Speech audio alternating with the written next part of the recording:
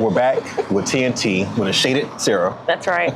And coffee this time. And we're having coffee this time. We're having brew. It's a different Just type. A different type. Yeah. Because it's Tuesday morning. Probably not the best idea to go for our typical brew first thing Tuesday morning. But so we were talking and couldn't help but think about the ideal timing to make a video talking about the 50-year mortgage. Yes, it's what's going around on Facebook, at least. Everybody's talking about it. I know you've probably gotten calls about it already. And people want to know, is this good or is it bad? And so I thought, let's have a transactions on tap on Tuesday with coffee and talk about what pros and cons might there be in your opinion. But I'm curious to hear your perspective first, because so we talked about it, and Sarah said she had some ideas. I said I had some ideas, some points to make, and so we didn't even get into those first. No. So I'm curious to see where ladies first. Okay, so let's go with pros. Okay. We'll start there. So pros, more people will be able to afford a mortgage and get into a home. Mm-hmm. That's all I can think of for pros. That's it? Mm-hmm. What about for you? So definitely the affordability factor. Right. I think the biggest benefit is just more buyers in the market. The benefit is more buyers in the market because of lower payments. And I think that kind of couples it with more purchasing power. Okay. And so now someone who could have only afforded a house that was $225 can maybe now afford a house that's $275, maybe find the right house they're looking for, versus, hey, this 3-bedroom isn't working, I need 4, and now I can afford that 4-bedroom, you know? I do find it important to note this isn't something that is rolling out tomorrow. Right. It's just an idea. It's an idea that was cast out there by the administration about ways to help with affordability. Right. And right now, currently under the Dodd-Frank Act, they will have to restructure that to allow for a 50-year mortgage. So right now, the maximum you can do is 30 years. It's 30, right. And so it's not even like a thing you can, let's start doing 50-year mortgages. You know what I mean? Right. So I just find it important to let people know. So that way people just don't think I can apply for a 50-year mortgage right now. You know what I mean? Right. Yeah, and I agree. And you have good points, because I think a lot of us, and myself included, jumped to this is a terrible idea. and I think it's because on the con side, I'm afraid that people won't gain equity quick enough to be able to move on to the next house. Don't jump to the cons yet. Oh, shoot, I didn't have any more pros. I can say this at least. I can at least appreciate the fact that the conversation is being had, because I do feel like there was and is a problem with affordability. Definitely. Pull this stat up. In 2023, the average age of the first-time home buyer was 33. Yeah. And then in 2024, it went to 36. Yep. Now in 2025, it's 40. Yep. Which is insane. It's continuing to be an issue if something isn't done. Okay, your cons. Okay, so I'll give you a con, and then you give me what you think. Not getting any equity in your home because you have so much more interest you're paying. The life of the loan is so much longer. Yep. That most people want to sell in 5 to 7 years. Yep. And they won't even at that time have enough equity to do so. Yeah. And a lot of that, is unpredictable. We got a job somewhere else. Yeah. Oh, we had another baby. Now we need another bedroom. Yeah. All kinds of things. So.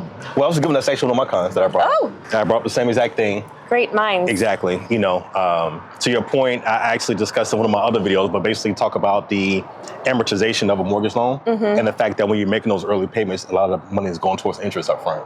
And so to your point, you get into the equity a lot slower. Yeah. So one of the things that a lot of people didn't necessarily think of or mention that is worth noting is a 50-year mortgage will likely have a higher interest rate.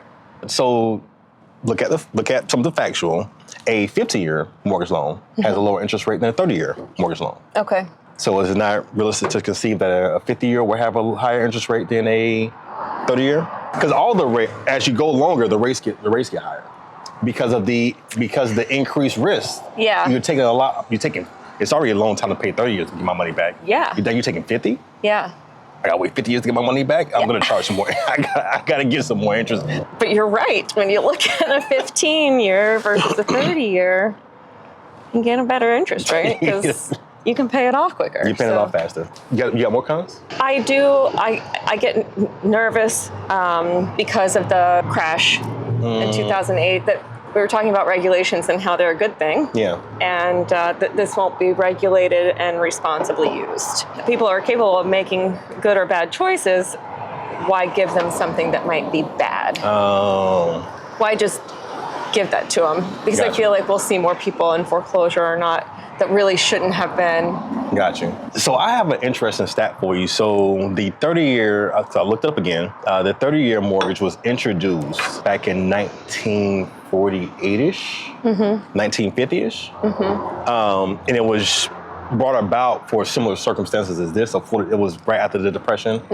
It was difficult for people to go home. And obviously, the reason why this conversation is being had is the importance of home ownership in America. Yeah. It essentially kind of fuels the economy. It does.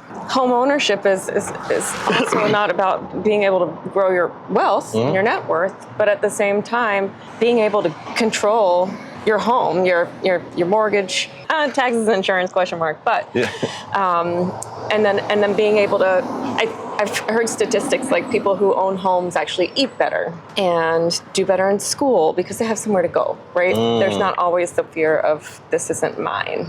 I have an interesting question for you. And you kind of make this point before. Does it matter at all?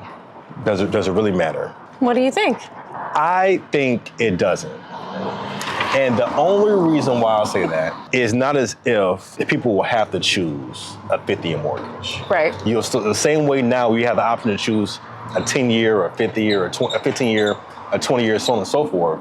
You can choose to go with the 50-year mortgage option or not. You know what I mean? It's not so much of our job to tell people what to do as much as it's our job to kind of give them some information to make the best decision for themselves. You know what I mean? So it's a tough one. It's a tough one. It is a tough one.